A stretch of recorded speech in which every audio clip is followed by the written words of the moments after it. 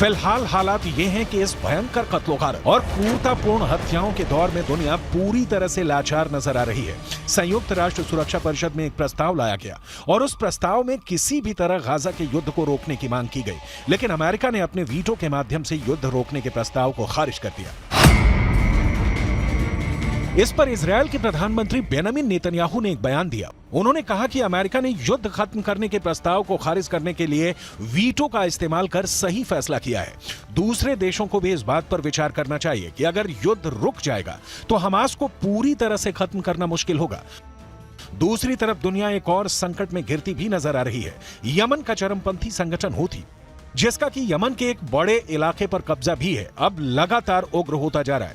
Houthi अब लाल सागर को जाम करने की योजना बना रहा है। दुनिया के इस नक्शे को देखिए, इसमें लाल सागर की लोकेशन बेहद अहम है। दरअसल लाल सागर से यूरोप के देश के लोग पानी के जहाज से व्यापार के लिए निकलते हैं। अगर लाल सागर का रास्ता बंद कर दिया गया तो ये युद्ध और तनाव भड़काने वाली एक और बड़ी वजह बन सकती है। इससे पहले भी हूती संगठन ने अपनी ताकत को समंदर में उस वक्त दिखाया था जब उसने पानी के एक जहाज पर बहुत आसानी से अपने लड़ाकों के माध्यम से कब्जा कर लिया था। लेकिन अब हूती की यह धमकी है कि इजरायल ही नहीं, अगर दूसरे भी किसी देश का पानी का जहाज लाल सागर से होकर गुजरेगा तो वो उस पर कब्जा कर सकते हैं और लाल सागर का रास्ता रोक सकते हैं। धमकियों ने ब्रिटेन, फ्रांस और अमेरिका जैसे देशों की चिंता को बढ़ा दिया।